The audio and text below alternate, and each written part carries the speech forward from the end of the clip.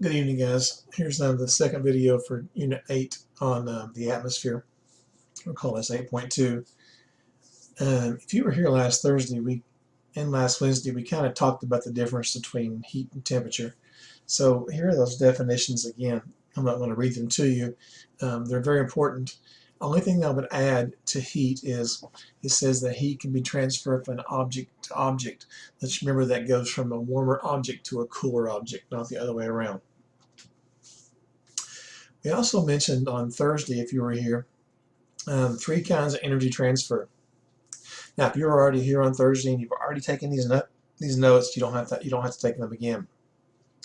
Three ways to transfer heat: conduction by touch, convection by the movement of a hot fluid like water, liquid, or gas. So usually some sort of water or water vapor.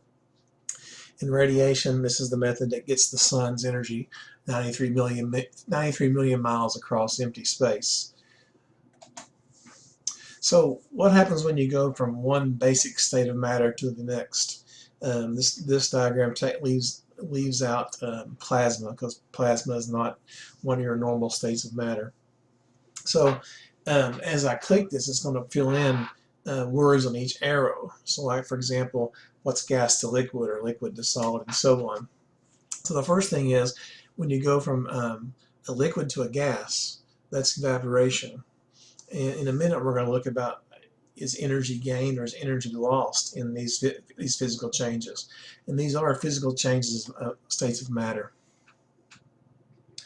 The next one is the reverse of that, condensation, when you go from a gas to a liquid droplet.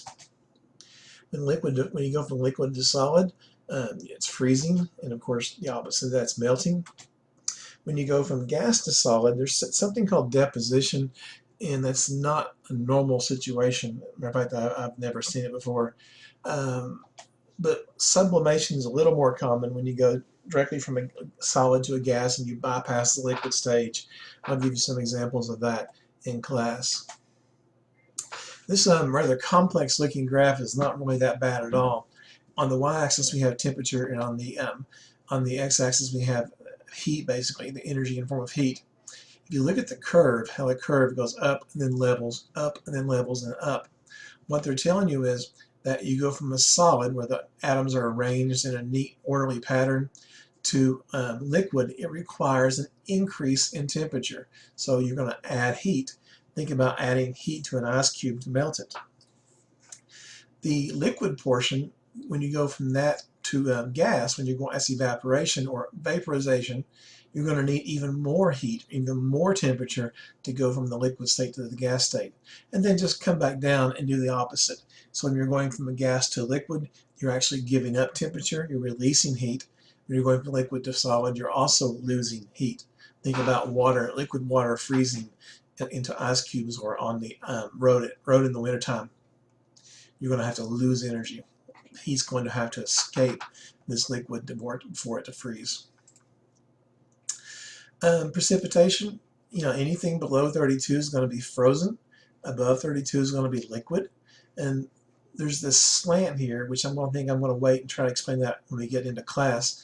That's a very important slant as to tell you what kind of frozen precipitation you're going to get. Water vapor is the most important gas in the atmosphere. That's one of the first questions I ask you in the beginning of this unit.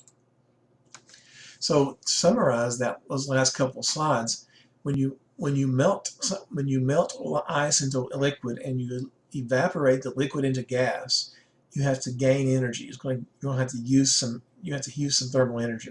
You're going to have to absorb it. When you go from freezing to condensation, you're going down that graph, and you're going to be releasing energy from those things. So that brings the end of this one, please. I'll have the learning targets for you in class tomorrow. Thanks.